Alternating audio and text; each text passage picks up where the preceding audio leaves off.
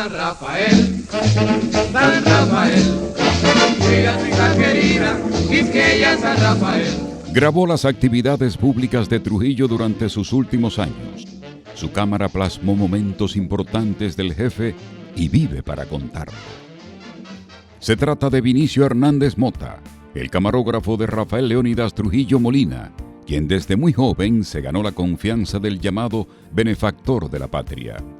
Vinicio Hernández nació el 16 de agosto de 1934 en el barrio Ciudad Nueva, en Ciudad Trujillo. Es el mayor de 4 hermanos procreados por el comerciante Julio Hernández y la ama de casa Margarita Mota. En 1955, a los 21 años de edad, se fue de vacaciones a Nueva York, Estados Unidos, a donde su tía Clarita, que lo convenció de quedarse a estudiar en la urbe y cambiar su visa de turista por una de estudiante. Decidió cursar cine y televisión en un reconocido centro educativo neoyorquino. A mí me gustaba siempre el cine desde niño y la televisión, que era la moda en ese momento. Y ella me dijo que sí, y yo entré a ese curso y lo hice. Algunos de los profesores de esta academia trabajaban en las famosas cadenas de televisión NBC y CBS y entrenaron a Vinicio para hacer entrevistas, producir programas y otras funciones. Para hacer sus prácticas compró una cámara profesional de marca Rivier, que se convirtió en el tiempo en su mejor compañera. En Television Workshop, que era un colegio, ¿no? Yo creo que no existe, estaba en el 1780 de Columbus Circle. Vinicio soñaba alto y deseaba algo más que ser un simple empleado y volver a su querida República Dominicana cuando tuviera todos los conocimientos y experiencias posibles. Pero una carta de su madre cambiaría sus planes en Nueva York. Yo sí tenía como meta desarrollarme en la carrera y en algún momento regresar a República Dominicana, porque yo entendía que los paisajes más lindos estaban aquí. Mi madre se enfermó en ese momento y me mandó una carta muy triste para mí, que ella decía que sentía como que se iba a morir, que lo que más pena le daba era que no me iba a volver a ver. Entonces yo cogí y decidí coger para acá. Fue entonces cuando se animó a escribir una carta a José Arismendi Trujillo Petán, hermano de Trujillo y dueño de La Voz Dominicana. En la misiva le adjuntó su currículum diciéndole quién era, qué hacía y dónde estudió. No pasaría mucho tiempo para que una mañana del año 1957, el joven de 23 años fuera notificado de que sería parte del equipo del laboratorio fílmico de la empresa estatal. La disciplina era muy estricta en la radiotelevisora oficial.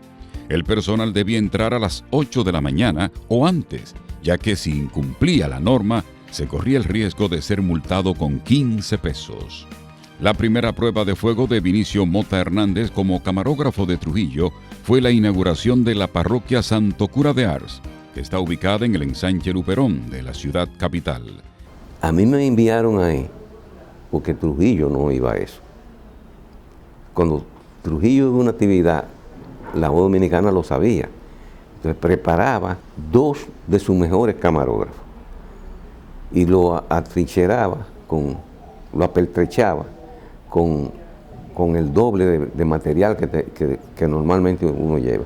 Es decir, que en vez de 1, 2, y en vez de tú llevar un rollito de película de 100 pies, llevaba 2 rollos de película de 100 pies cada uno, y a veces más, porque si era fuera de la ciudad, ya tú tenías que llevar mucha película. Grabar a Trujillo era una tarea complicada.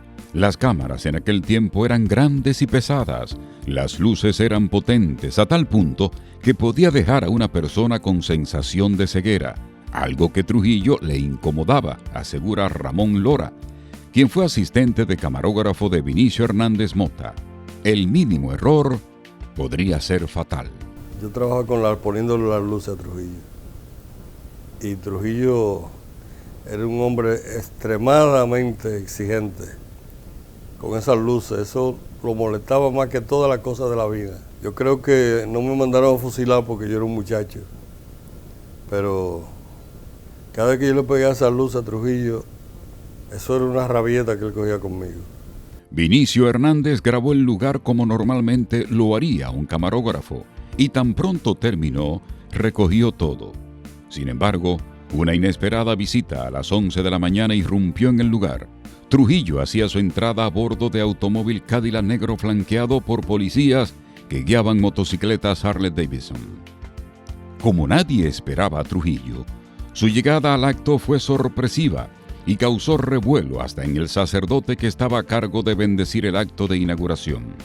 Aunque no le dieron pautas de cómo grabar a Trujillo, Vinicio aplicó los pasos básicos que le enseñaron durante sus años de instituto en la ciudad de Nueva York, algo que lo distinguió de sus otros colegas, quienes eran camarógrafos empíricos.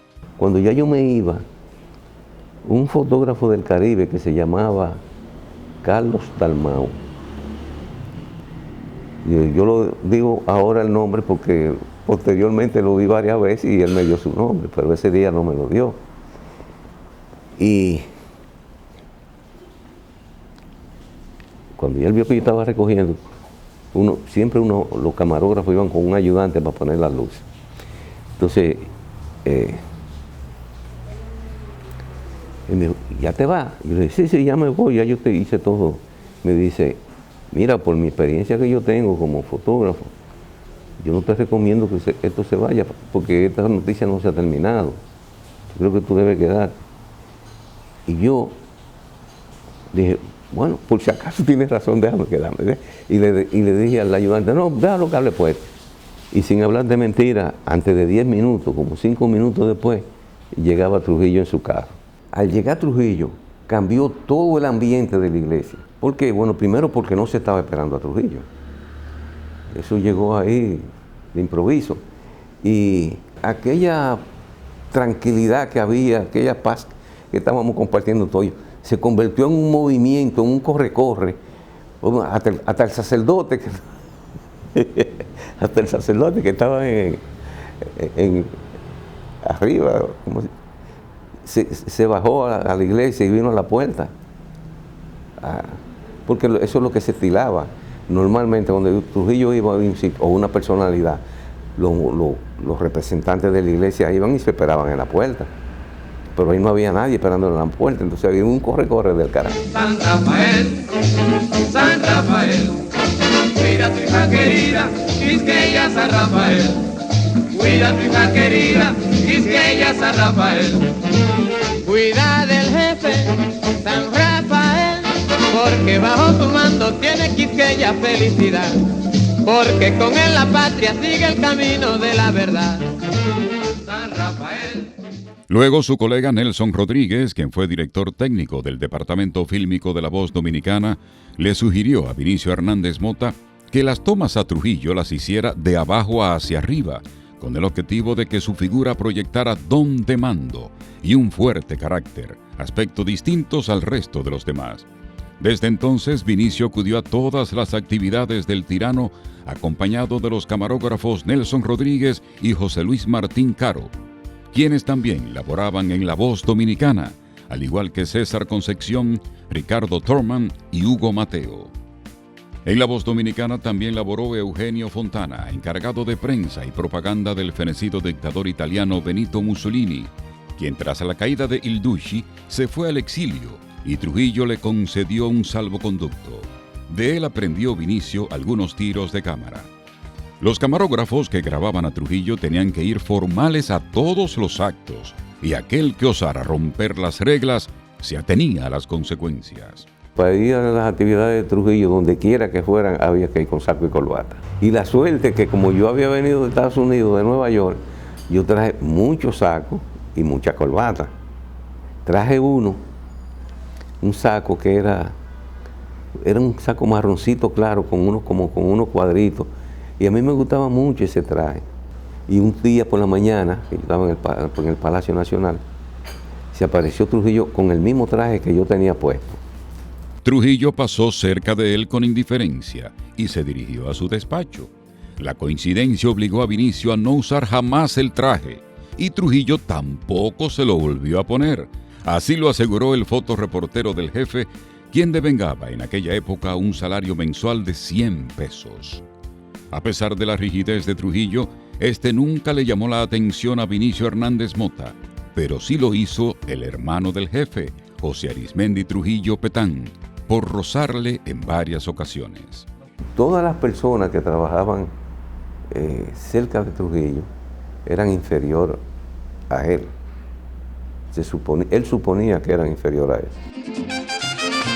Un papelito recibí, que mi sobrino dice así, ya mi ropita se acabó, de la miseria me agarró, con los hijos y mi mujer, con los días sin comer, mi conuco lo vendí, con la puerca con dandí, mi zapato de charol, fue todo lo que quedó, un papelito recibí, mi sobrino... El hombre que conoció de primera mano algunas intimidades de Trujillo recuerda que el tirano era un ególatra por excelencia e imponía su autoridad en todo lugar. En algunas actividades, por ejemplo, en una actividad que nosotros tomamos en el Palacio Nacional, que tenía una fiesta de militares, hubo un señor que yo conozco su nombre y su apellido, y le llevó una muchacha que alguien ahí dijo que era hija de él, y se la llevó a Trujillo. Y le dijo, jefe, esta es la joven que yo quiero que usted me ponga a trabajar. Sí, cómo no, espérame ahí, que sí o qué. Y la muchacha quedó ahí con Trujillo, que la llevó después para un sitio, no sé para dónde. Si fue para una oficina, para hacerle, entrevistarla, no sé. Entonces por eso uno deducía. En la era de Trujillo era normal ensalzar la figura del jefe en demostraciones públicas. Una de ellas era el desfile de las flores, que comenzaba en el Parque Colón y finalizaba en la Puerta del Conde. Allí cientos de mujeres saludaban a Trujillo y le entregaban flores. A una de esas mujeres Trujillo le preguntó cómo se llamaba y de dónde era, a lo que la joven le contestó, soy Josefina Nova, de San Cristóbal. Tan pronto el benefactor de la patria escuchó su nombre, su rostro se transformó y exclamó, ¿todavía queda algún Maldonado Nova vivo? La reacción del déspota se debió a que esa familia fue asesinada en su gobierno porque sus tierras despertaron el interés de Trujillo. Los camarógrafos, al igual que otras personas que formaban parte del staff de Trujillo, no estaban exentos a ser vigilados por los miembros del Servicio de Inteligencia Militar, el famoso SIN, y cuando menos se esperaba, había un calié. Estábamos en el Club de Santiago, estaba Trujillo allá, y estaba Trujillo tomando tragos, sentado en su mesa con todos sus amigos, su fiesta. Y está en un segundo piso, y viene un señor grueso, y yo estoy en el balcón porque hacía mucho calor ahí. Y ese tipo se me acerca y dice, aquí hace un fresquito, porque todo eso ahí adentro, ese calor que hace ahí, todo eso es fantasía. Esa fantasía, eso es vanidad, ¿qué? Creen que no se van a morir. Comenzó a hablar más y yo coño, este tipo yo no lo he visto en mi vida aquí. Esto es un gancho. Cuando él se cansó de hablar, yo no contesté nada, me fui de ahí. Y entonces fui donde un tipo, con Santana, bueno, creo que era el apellido de él, que era un calié. Y dije, oye, me está pasando esto. Y dijo, ¿quién es? Le digo, aquel señor que está allí. Y a poco rato, a los 10 minutos, vino y me dice, no, ten calma, ¿oíste? Que es uno de los de nosotros, lo que pasa es que es nuevo y no te conoce. En el ocaso de la dictadura, a finales de los 50 y principios de los 60, Trujillo enfrentaba el repudio de muchos dominicanos y la comunidad internacional. El intento de asesinato del presidente de Venezuela, Rómulo Betancourt, el secuestro y asesinato del catedrático universitario y escritor español Jesús de Galíndez y el asesinato de las hermanas Mirabal pusieron en jaque al régimen. Para tratar de disminuir el impacto de las críticas hacia su gobierno, Trujillo organizó visitas a los pueblos y daba migajas a los más necesitados. Él tenía un ayudante que andaba con un maletín de dinero. Cuando se le acercaba una señora, una familia, una persona muy pobre, y le decía, jefe, yo quiero que me ayude, le decía, ¿con qué usted quiere que ayude? Con una casa. Entonces él le decía al ayudante, dale 5,000 pesos. Porque con 5,000 pesos se compraba, en un pueblo de eso, se compraba una casa y sobraba dinero. Entonces, él hacía mucho eso. El abuso de poder y los atropellos a los ciudadanos fueron caldo de cultivo para que un grupo de valientes hombres conspirara contra Trujillo y lo asesinaran la noche del 30 de mayo de 1961. La República Dominicana se convirtió en un caos. Se armó una cacería en busca de los responsables y se comenzó a preparar el funeral y la cobertura de La Voz Dominicana, empresa en la que Vinicio trabajó hasta 1965. Hernández recuerda que durante los honores del acto fúnebre de Trujillo como jefe de Estado, había una multitud incrédula que ocupó las calles llorando la pérdida del jefe. El país estaba paralizado y el 2 de junio de 1961, de camino a San Cristóbal, donde se realizaría el entierro, habían largas filas para darle el último adiós al dictador que gobernó con mano dura los destinos de la República Dominicana. Ramfis Trujillo, el hijo del sátrapa, comenzó a perseguir a mucha gente y ni siquiera Vinicio Hernández Mota se escapó de la persecución, ya que fue parte de un movimiento antitrujillista en la propia Voz Dominicana, que tan pronto fue descubierto sus integrantes, todos se marcharon del país. Entonces yo, donde encontré más fácil para irme fue a Curazao, porque nada más compraba un ticket, me montaba en el avión y así en esa forma nos fuimos un grupo. Tras el ocaso de la dictadura, Vinicio Hernández Mota regresó al país al igual que otros compañeros. Siguió laborando como camarógrafo. Acompañó como camarógrafo al presidente constitucional profesor Juan Bosch en su viaje oficial a México en 1963. También cubrió la agenda del expresidente Joaquín Balaguer y de Héctor García Godoy. Años después, Vinicio Hernández Mota se dedicó al cine y la publicidad. Fue pionero en la creación de empresas para filmar largometrajes. Creó Producciones Nuevo Mundo, que realizó la película dominicana titulada Caña Brava. En la actualidad, este ex camarógrafo de 86 años está retirado del mundo de la televisión y el cine y se dedica a pintar. Pasa parte de su tiempo entre Estados Unidos y República Dominicana. Vinicio Hernández Mota es una leyenda viviente del periodismo cinematográfico en nuestro país y muchas imágenes realizadas por él están incluidas en las páginas de nuestra historia.